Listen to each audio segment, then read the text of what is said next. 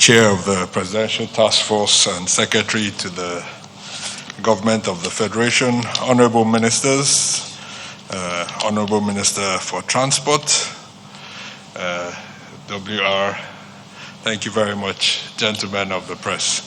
And my comments today will be very brief. I think the issues have been flogged very hard. We crossed a number of very important milestones last week. 16 million cases worldwide.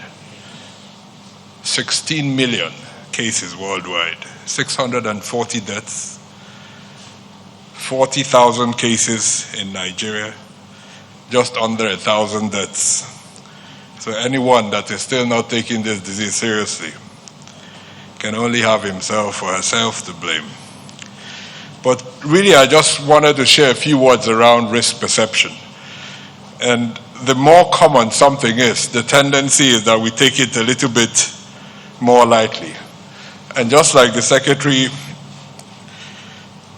to the Government of the Federation mentioned today, it's increasingly alarming, the rate and the high-risk behaviors that we continue to carry out across the country. Yes, Mr. President agreed to ease some of the lockdown measures, not because we wanted to, but because we had to. Because we had to stay alive. But to stay alive, we also have to do some basics. Wearing a mask might seem very cumbersome, but I promise you, it's less cumbersome than being on a ventilator.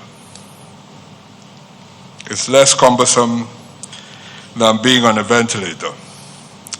Over the last few weeks, many of you would have heard stories of survivors. But there are many stories that could have been told that you have not heard. Stories of those that have passed away. Many of us have become desensitized about the messages because we say them so often, over and over again, for the past 6 months. Even for us coming out here every day to speak, sometimes it is a challenge, having to say the same things over and over again, asking all of us to take responsibility, to do the best that we can.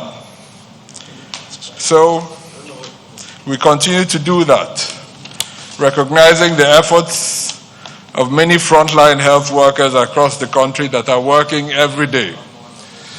As we intensify our risk communication efforts and messages, try different techniques, use different media, try and say the same things using different means, different words, the message is still the same. We must do our best to protect each other. Nigeria is an incredibly large country. No one person can carry out this fight on our own. It really requires all of us to work together.